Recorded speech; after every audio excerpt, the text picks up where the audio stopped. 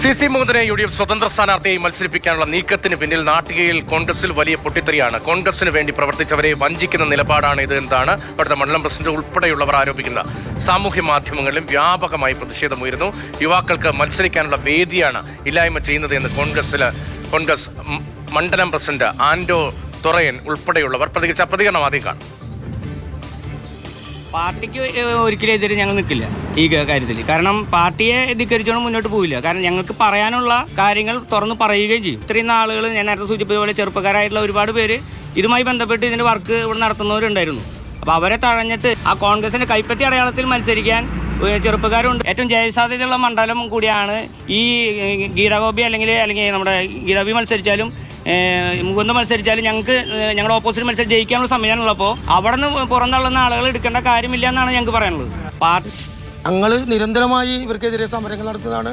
ഞാൻ block panchayat member എന്ന കാലത്ത് ഗീതാഗോപിക്കെതിരെ പട്ടികജാതി സീറ്റുകൾ കുറഞ്ഞതിനെതിരെ സമരം നടത്തിയ ആൾക്കാർ. ഞങ്ങൾ ഇന്നലെ വരെ ഇവർക്കെതിരെ സമരം നടത്തിയ ആൾക്കാർ ഞങ്ങൾ കൂടെ നിൽക്കുന്ന അണികളോട് എങ്ങനെ പറയും?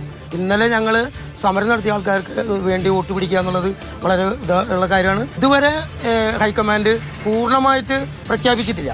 ആ പ്രഖ്യാപിക്കുന്നത് വരെ തിരുത്തലാവാനാണ് ഞങ്ങൾ ശ്രമിക്കുന്നത്. ഞങ്ങൾ MS ലിഷോയാണ് വിവരങ്ങളുമായി തൃശ്ശൂരിൽ നിന്ന് ചേരുന്നത്. ലിഷോ, ഈ പ്രശ്നപരിഹാരത്തിന് വേണ്ടി കോൺഗ്രസ് നേതൃത്വം ഇടപെട്ടിട്ടുണ്ടോ? ഏതെങ്കിലും തരത്തിലുള്ള സമയമായ നീക്കങ്ങൾ നടക്കുന്നുണ്ടോ? ഗൗരവതരമായൊരു പ്രശ്നമാണ്.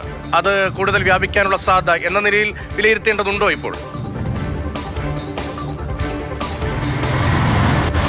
അതായത് ഈ നാട്ടിക നിയമസഭാ മണ്ഡലം എന്ന് പറയുന്നത് വർഷങ്ങളായി ഇപ്പോൾ കോൺഗ്രസിന് അവിടെ വിജയിക്കാനായി കഴിഞ്ഞിട്ടില്ല. അതായത് CPI ആണ് നിലവിൽ അവിടെ വിജയിച്ചുകൊണ്ടിരിക്കുന്നത്. കഴിഞ്ഞ 5 ടേമിലധികമായി അവിടെ UDFന് ഒന്നും തന്നെ ചെയ്യാനായി കഴിഞ്ഞിട്ടില്ല. അവസാനമായി TN പ്രതാപൻ മണ്ഡലം വിഭജിക്കുന്നതിന് മുൻപായി TN പ്രതാപൻ വിജയിച്ചിട്ടുണ്ട് എന്നതിനപ്പുറത്തേക്ക് UDFന് അവിടെ കാര്യമായി ഒന്നും തന്നെ ചെയ്യാൻ കഴിഞ്ഞിട്ടില്ല. ഈ ഒരു ഘട്ടത്തിൽ ആണ് ഇപ്പോൾ ഈ മണ്ഡലത്തിൽ LDFന്റെ MLA ആയിരുന്ന CC മുകുന്ദനെ UDFന്റെ സ്വതന്ത്ര സ്ഥാനാർത്ഥിയായി നിർത്താനുള്ള ഒരു കാര്യങ്ങൾ കളമൊരുങ്ങുന്നത്. അപ്പോൾ അങ്ങനെയുള്ളൊരു സാഹചര്യത്തിൽ അവിടെ പക്ഷേ ഈ കഴിഞ്ഞ തദ്ദേശ സ്വയംഭരണ സ്ഥാപനങ്ങളിലേക്കുള്ള തിരഞ്ഞെടുപ്പിൽ വലിയ ഭൂരിപക്ഷം ഉണ്ടായിരുന്ന മണ്ഡലം പിന്നീട് ഇപ്പോൾ കോൺഗ്രസിന് 6000 വോട്ടിൻ്റെ മാത്രം വ്യത്യാസത്തിലേക്ക് എത്തിയിരിക്കുകയാണ്. അപ്പോൾ അത്രയേറെ താഴെത്തട്ടിൽ വർക്കുകൾ നടന്നു. അത് നടത്തിയ ഒരുപാട് ചെറുപ്പക്കാരുൾപ്പെടെയുള്ളവർ ഉണ്ട്.